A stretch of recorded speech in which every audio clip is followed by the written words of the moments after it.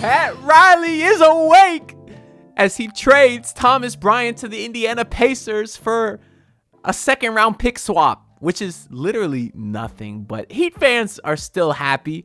I don't know if it's just because we've soured on Thomas Bryant or just because we made a move, which isn't always a guarantee with this front office. But anyways, I kid you not, I was literally in the middle of recording another video when this news happened, and I didn't see it because I like to keep my phone on silent so I don't get distracted while I'm talking. And literally, I just hit upload on that other video on YouTube, and then I check my phone and I see the Thomas Bryant news, and I say, nah, we got to talk about this because it does actually have some implications for the Miami Heat, although on the surface, it might not seem like much. It actually does a little bit. It does do some good things for the Heat. Now, by the way, that video that I was just talking about that I recorded, it's me addressing how great the Heat starting lineup is and getting into all the statistics. So that video will just be up tomorrow instead. But anyways, our guy Shams, who I guess we can't really say it's our guy anymore because we rock with Jimmy Butler and Bernie Lee, and they seem to be beefing right now. But anyways, Shams is still credible with other stuff nonetheless, and he put out a tweet saying that the Heat, of course, sent Thomas Bryant to Indiana, and it's a second round pick swap. Again, just to clarify, it's a swap, meaning if the Heat pick at 32 and the Pacers pick at 36, well, now we pick at 36 and they pick at 32. So pretty irrelevant because, I mean, the Heat, they'll probably trade that second round pick eventually anyways. But from the Pacers standpoint, I guess they needed a backup big man. A few of their guys are hurt. And for Thomas Bryant, I do feel good for him. Of course, he went to school in Indiana, so he gets to kind of go back to where he grew up a little bit, although he was born in New York. But I know a lot of Heat fans give Thomas Bryant crap, and he's kind of gone through the cycle that a lot of Heat backup bigs have with regards to Dwayne Dedmon, where we love him at first and then we hate him. And Cody Zeller, I feel like was good here at first, I think. But then he was so bad after that I kind of forgot if he was ever good. And Thomas Bryant kind of went through that same cycle because, I mean, I liked Thomas Bryant. I still do, truthfully. He's obviously not a great player, but Heat fans' expectations were always too high on Thomas Bryant because he was literally a backup center, like a minimum contract center. What do you expect from a guy like that? I just expect the guy to hustle hard and play, get rebounds, I guess. And that's kind of what Thomas Bryant did.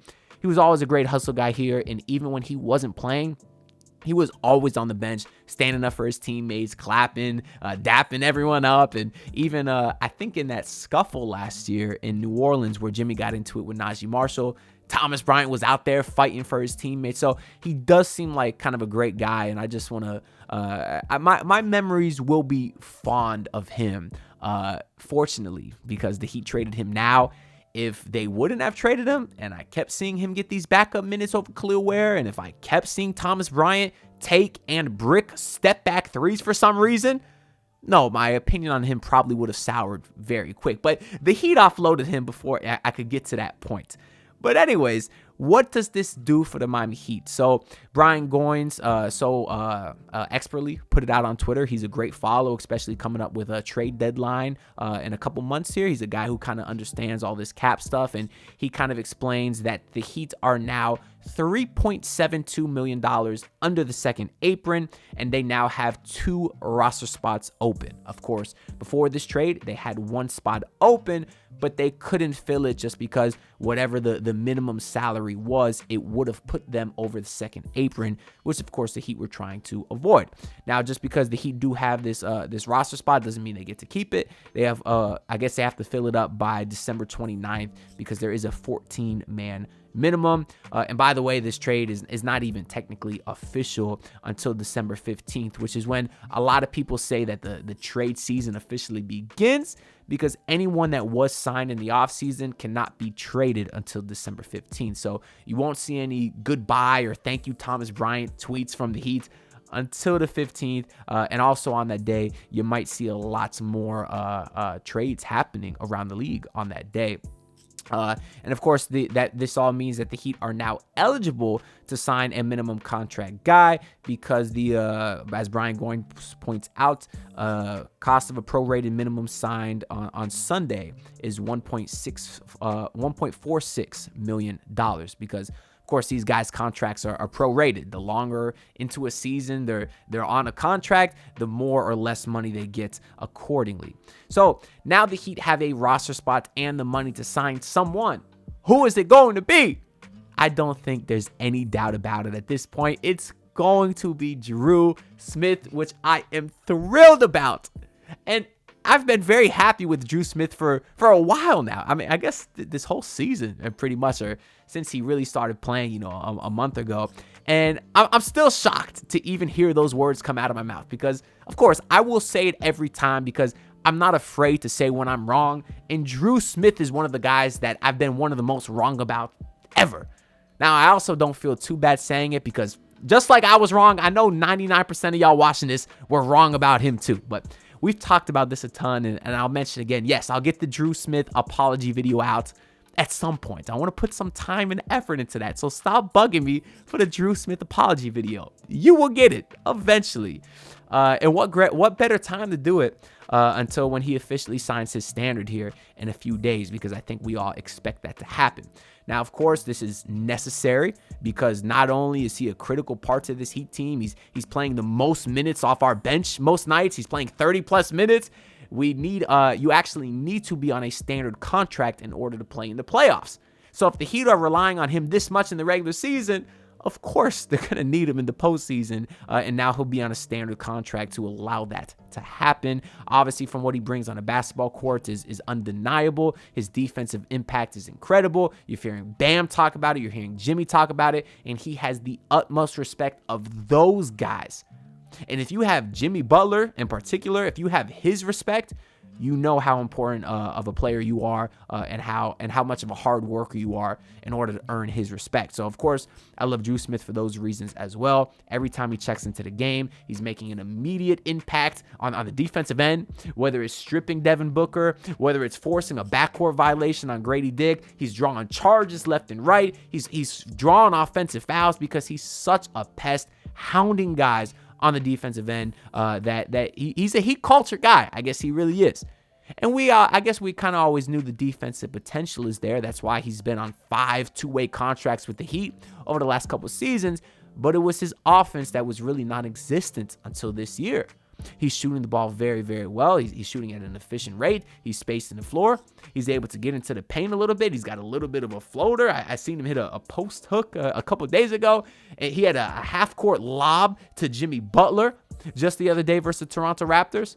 So obviously he's a guy that is making an impact on the offensive end, and he can get guys into sets. He's really the closest thing they have to a point guard on this roster.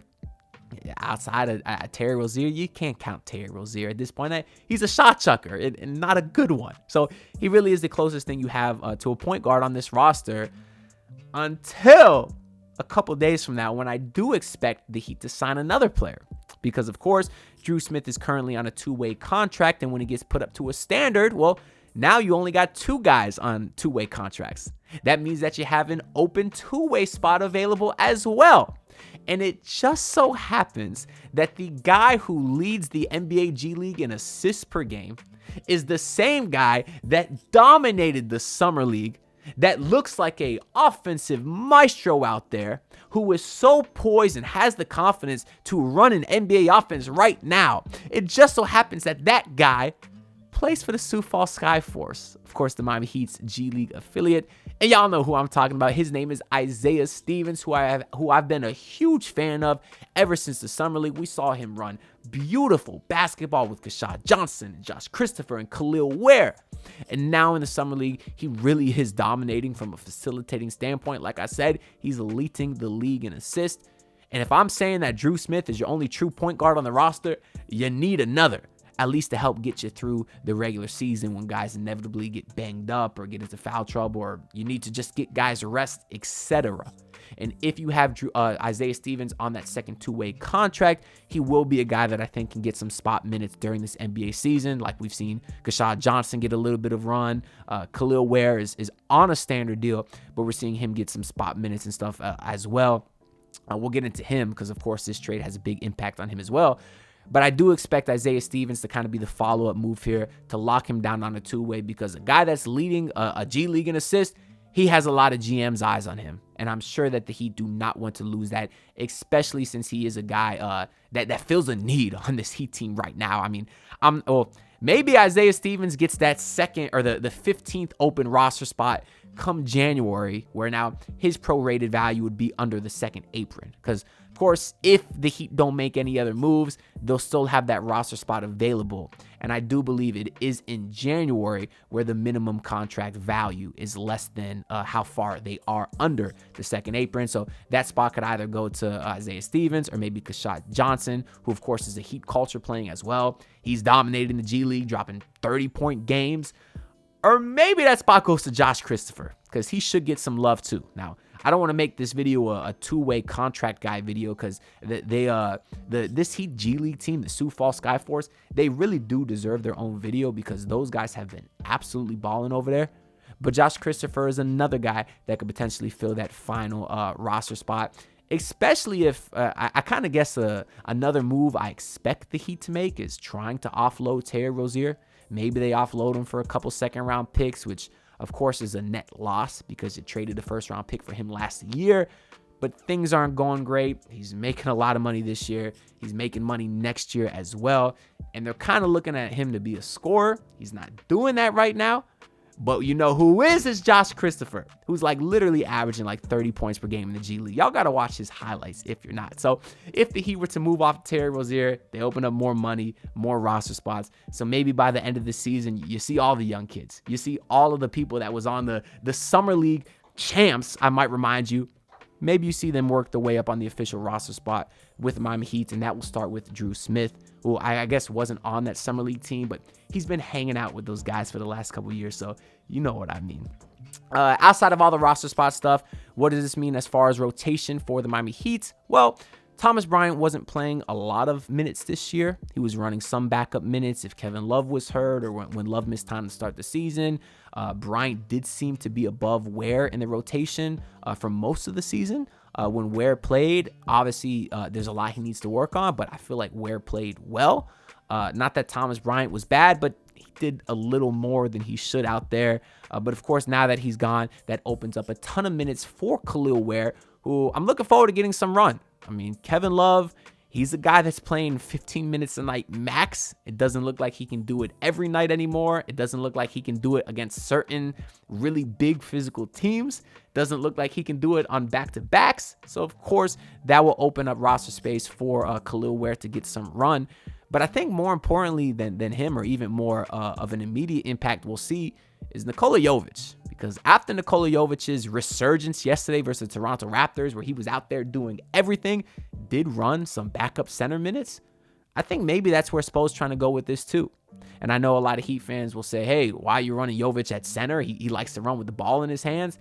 I think just because he might be listed at power forward or center, I do think he'll get the opportunity to be a facilitator. I mean, right now, the Heat don't have a point guard, and they're running point guard by committee. You know, I talk about this in the video y'all will see tomorrow, which is the one I recorded before this, about how the Heat share the facilitating responsibilities between Tyler and Jimmy and Bam. So that'll continue when Jovic is out there in the bench unit. If he gets a rebound, he will be allowed to push pace and do all the things that make Nikola Jovic so special. Now, it doesn't open up a ton of rotation space for him because, like I said, Bryant wasn't playing a ton anyways. But Spoelstra's got a lot to work on here with regards to the rotation. Because off the bench, you got to play Jaime Jaquez, or do you? Because he hasn't been that great. But you got to play him because he's a good player. Was a good player. You got to play Kevin Love because he's been good in his spot minutes. But then again, he can't play every game. You got to play Pelle Larsson because he's been great, but now he's hurt and he's just a rookie. So it's like all these guys coming off the bench, they have reasons to play them and reasons to not play them. And that would be 8 deep right there. That doesn't include Nikola Jovic, which is 9 deep. That doesn't include Terry Rozier, is 10 deep. That doesn't include Khalil Ware, which is 11 deep. So we've talked about this many times before. This Heat team is legitimately like 11 or 12 deep with guys. And I Drew Smith as well. If I didn't say him, obviously he's going to get run. That's the whole point of this trade here.